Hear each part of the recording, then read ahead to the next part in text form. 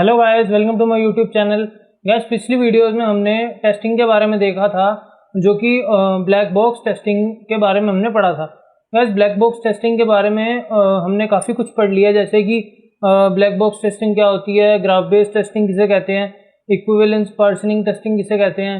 Guys, इस video में मैं आपको ऑर्थोगोनल एरे टेस्टिंग और बाउंड्री वैल्यू इवैल्यूएशन या बाउंड्री वैल्यू एनालिसिस के बारे में बताने जा रहा हूँ।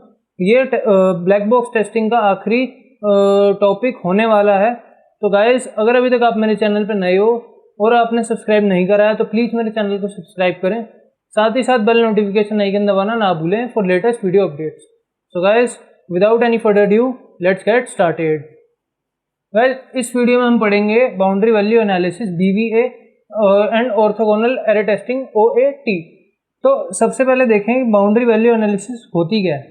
गाइस, बाउंड्री वैल्यू एनालिसिस एक तरह से मान लो आप कोई भी काम करते हो, ठीक है, तो आपके जो भी एरर होने के चांसेस होते हैं वो बाउंड्री पर सबसे ज़्यादा होते हैं। मान लो फॉर एग्जांपल हम नंबर लेते हैं, ठीक है। पहले मैं यहाँ पे लिख दूँ कि maximum chances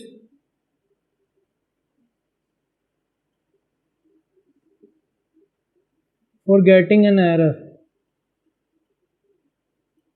is at boundary, ठीक है।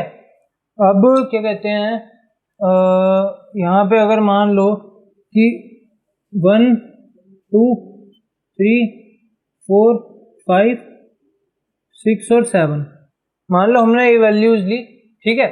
अब इसमें क्या होगा, फॉर एग्जांपल हमने मान लो हमने रेंज डिसाइड करी 3 to 6, ठीक है।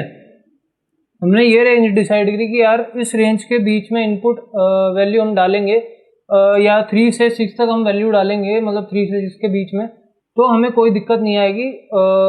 हम जो भी हमारा प्रोग्राम है वो चल जाएगा, ठीक है। तो इसमें क्या है, इसमें एक गाइडलाइंस होती हैं कुछ।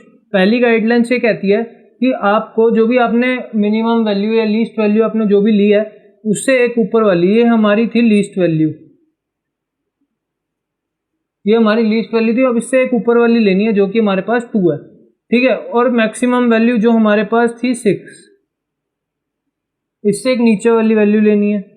क्योंकि ये हमने इसलिए लिया है क्योंकि बाउंड्री पे एरर होने के चांसेस ज़्यादा हैं, तो वो रिड्यूस करने के लिए हम ये वाले रूल का इस्तेमाल कर रहे हैं कि मिनिमम वैल्यू से एक वैल्यू ऊपर और मैक्सिमम वैल्यू से एक वैल्यू नीचे, ठीक है।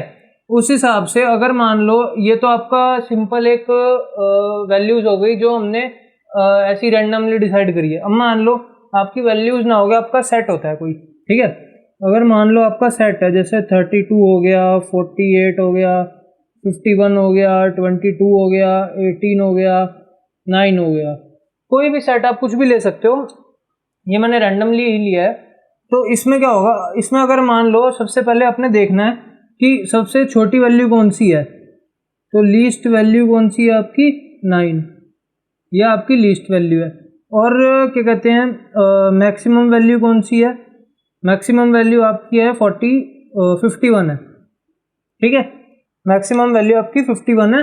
तो अब इसमें आप क्या करोगे कि लीस्ट वैल्यू आपने ली, ठीक है, तो इसमें आप 9 तो लोगे ही लोगे, 9 के साथ आप 8 भी लोगे, और यहाँ पे 51 है, 51 के साथ साथ आप 52 भी लोगे, ठीक है, क्योंकि हमने एक एक्स्ट्रा लेके चलना है। तो ये आपका सेट बना, ये मिनिमम के लिए, ये मैक्सिमम के लिए, ठीक है। तो ये होता है विद सेट और विदाउट सेट में। तो ये आपकी बाउंड्री वैल्यू एनालिसिस बताती है कि आप कोई भी इनपुट के लिए वैल्यू चूज कर रहे हो तो उसमें कुछ गाइडलाइंस का फॉलो आपको करना पड़ता है। गाइडलाइंस क्या कहती हैं कि लीस्ट वैल्यू से एक वैल्यू छोटी और मैक्सिमम वैल्यू से एक वैल्यू बड़ी। तो मान लो अगर सेट में नहीं होता तो सेट में नहीं होगा तो हम ऐसे करेंगे, सेट में होगा तो हम ऐसे करेंगे। इसके मतलब बेसिक आपको नॉलेज होनी चाहिए, इसके बारे में ज़्यादा नहीं पूछते हैं, ठीक है। ये सब ब्लैक बॉक्स टेस्टिंग में ही आ जाता है। अगर आपको कोई ब्लैक बॉक्स टेस्टिंग का क्वेश्चन आए, बाकी मैंने ब्लैक बॉक्स टेस्टिंग आपको वीडियो में बता रखी है। अगर मान लो आपको 10 या 20 मार्क्स का क्वेश्चन आता है तो आप उतना भी लिख दो जितना मैंने बताया, तो बहुत ज़्यादा इनफ है, मतलब और कुछ लिखने की आपको ज़रूरत नहीं है। ठीक है, अब अगला आते हैं एक और गाइडलाइन पे। अब ये वाली गाइडलाइन क्या कहती है, इसमें ज़्यादा कुछ नहीं है, इसमें बस आपको एक ग्राफ बनना है। ठीक है, इसमें आपका एक ग्राफ बनना है जो कि एक मिनिमम वैल्यू उठाएगा और एक मैक्सिमम वैल्यू उठाएगा। ठीक है, ये मिनिमम है, ये मैक्सिमम है। ठीक है, मिनिमम वैल्यू उठाएगा और ये मैक्सिमम उठाएगा, और बाकी जो भी वैल्यूज बीच में आएंगी वो आप वैल्यूज लगा दो। ये हमारा x हो गया, ये हमारा y हो गया। ठीक है, तो बस थर्ड गाइडलाइंस में ये था। पहली गाइडलाइन में क्या था, पहली गाइडलाइन में था हमारा ये वैल्यू, दूसरी गाइडलाइन में था हमारी सेट की, तीसरी गाइडलाइन में हमारा ये ग्राफ आ गया। ठीक है, ग्राफ को अगर आप ऐसे भी लिख देते तो कोई दिक्कत नहीं है।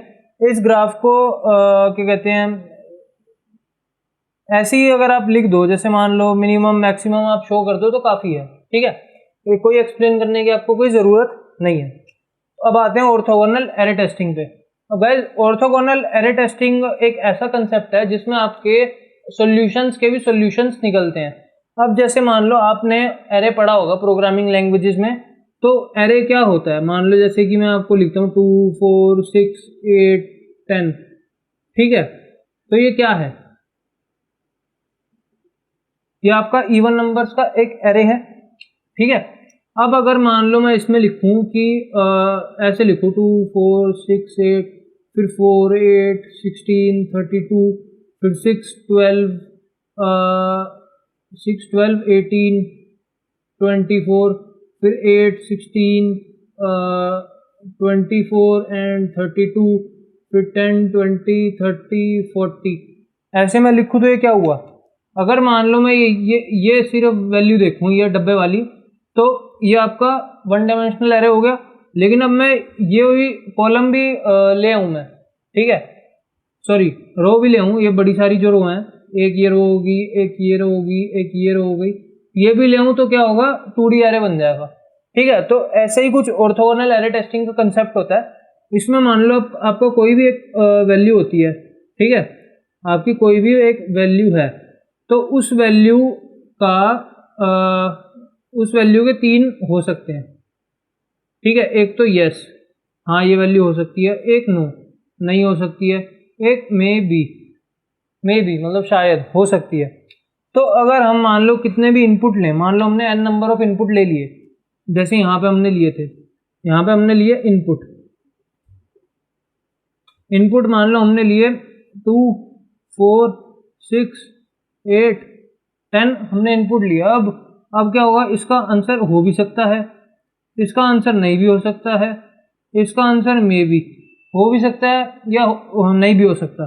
ठीक है, तो ये 3 इसके बनेंगे, ऐसे ही इन सबके बनेंगे 3, ऐसे ही इन सबके, ऐसे ही इन सबके, ऐसे ही इन सबके।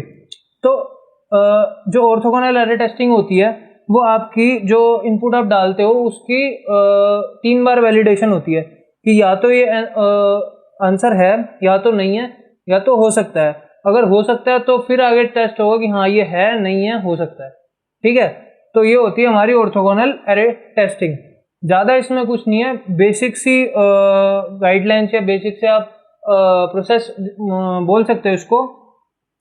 बाकी इस वीडियो के थ्रू हमारी ब्लैक बॉक्स टेस्टिंग ख़त्म हो चुकी है। अब आने वाली वीडियोस में मैं आपको और सॉफ्टवेयर प्रोजेक्ट मैनेजमेंट के टॉपिक्स के बारे में बताऊंगा। अगर आपको ये वाली वीडियो अच्छी लगी हो तो प्लीज़ इस वीडियो को लाइक करें, साथ ही साथ बेल नोटिफिकेशन आइकन दबाना ना भूलें for latest video updates. Thank you guys.